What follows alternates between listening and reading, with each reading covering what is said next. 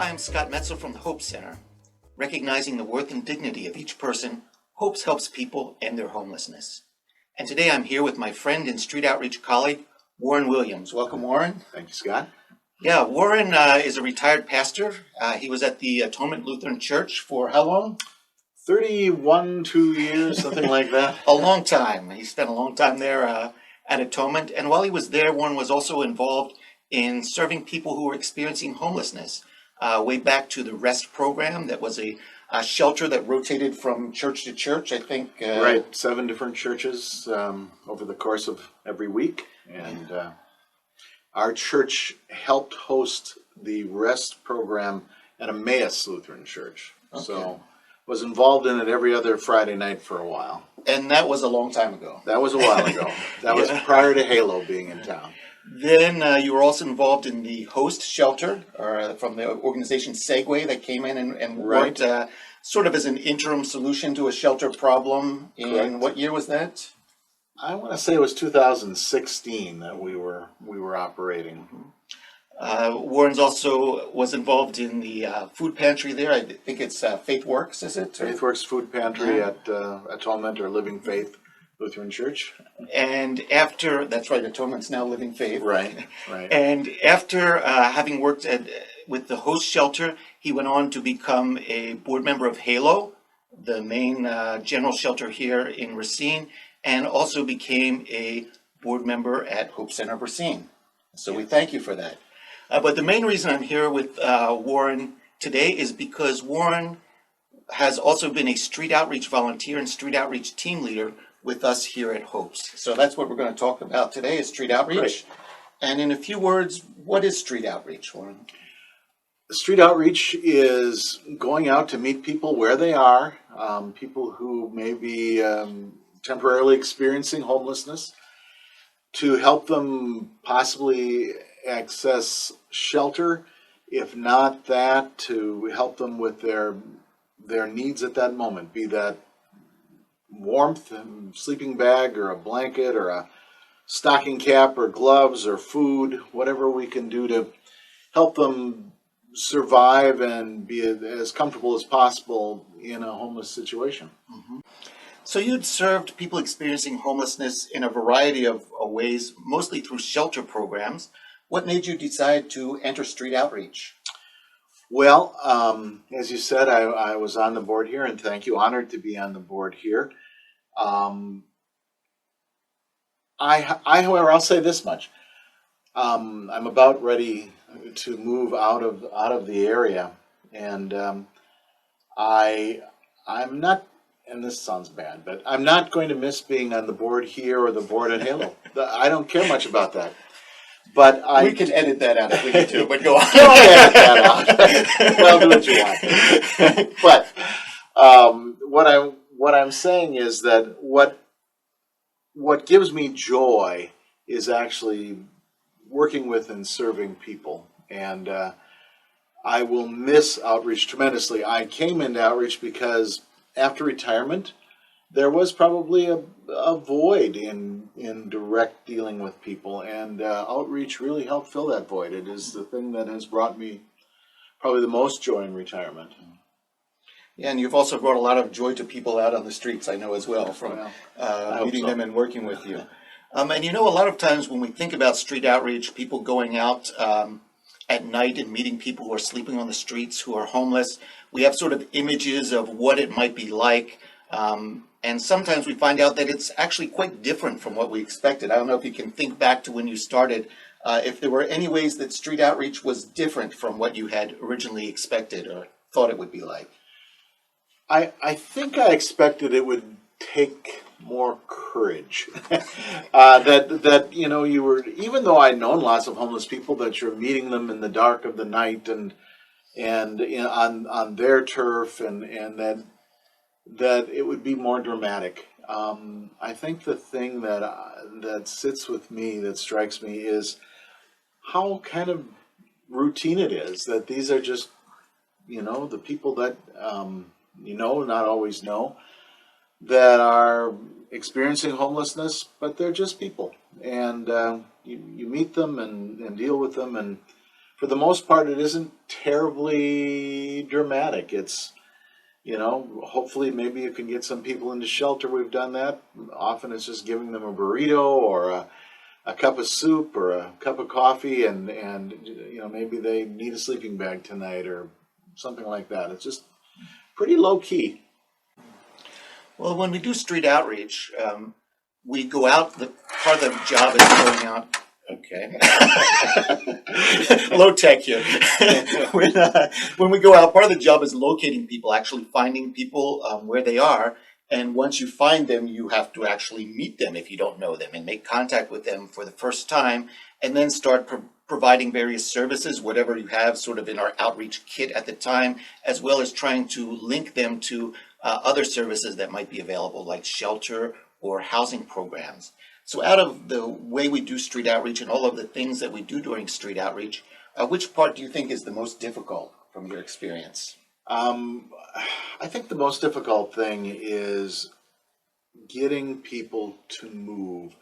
We talk about meeting people where they are. They sort of set the agenda, or at least you don't push them too far beyond where they're willing to be pushed. And so if our goal is to hopefully help people get housing, or to help them get off the street anyway, for some people, particularly those people who are chronically homeless, that can be really difficult. But and there are certainly people who don't care to talk to us, and that's okay. But they can sometimes be unpleasant. Usually not, though. So, and oftentimes when we run into people who don't know us, once they figure out who we are, once we actually explain it well enough, they're grateful that we stopped, even if they don't want anything and aren't really out on the streets. We've just encountered them in an odd place. Right. Tell us a little bit about your team and how you work together. Well, I was very blessed to have a wonderful team. Rebecca and Loretta, both very talented. At times, all three of us worked together, sometimes particularly during COVID. It would just be two of us. And for a while prior to Loretta coming on, it was just Rebecca and I. We would meet at the HOPES Center around 9 o'clock. We would stock up if we needed things. And then we'd head out and started looking for going to some, like I said, to some degree it's routine. We go to the places where we know there are people. We check some places where we sometimes have found people. And sometimes we would go places where we were sent, where we believe for one reason or another there may be someone experiencing homelessness. I was always the driver. Both Loretta and Rebecca are more capable at seeing people than I am. Their eyes are half the age of mine. That might be part of it. Some people we find only once. They may be just passing through town. Others we see pretty much every time we go out. We would, we stop, we talk. And I think that's a huge part of it, actually, that even the other thing that we provide is not just food and warmth, and we provide company. We provide some sense in people experiencing homelessness that these people are just people. I think often they need just to talk, to understand that there are people who see them as regular people. That these are they're good people, worthy of. From my perspective, as a faith leader, they're created in the image of God and worthy of love, and so we give hope and at the Hope Center, and so one of the things we do is just talk to people and let them understand that they're liked and loved. You did mention, your faith and coming as a perspective of a pastor. And at Hope Center, we've had a few pastors actually serve with us as volunteers in street outreach, and some others of us, myself included, serve from a different theological background a little bit, but still maybe based on faith and having a faith commitment to our service. And there's some implications to this when we're doing street outreach. But why don't you talk a little bit about street outreach and faith from your perspective? Okay. I've talked about this quite often with a variety of people that I'm very much believe that when you serve the least of these, and by the least of these I mean those who are not able to serve you back, I mean who don't, and although that might not even be true, but those with the least to give, that you're serving Jesus. And I believe that it's sacramental actually. That when we reach out to people, we serve Jesus in a direct sense. And so I think of what we do as what I do in street outreach is almost being a little selfish, because I can go out on Wednesday night and meet Jesus.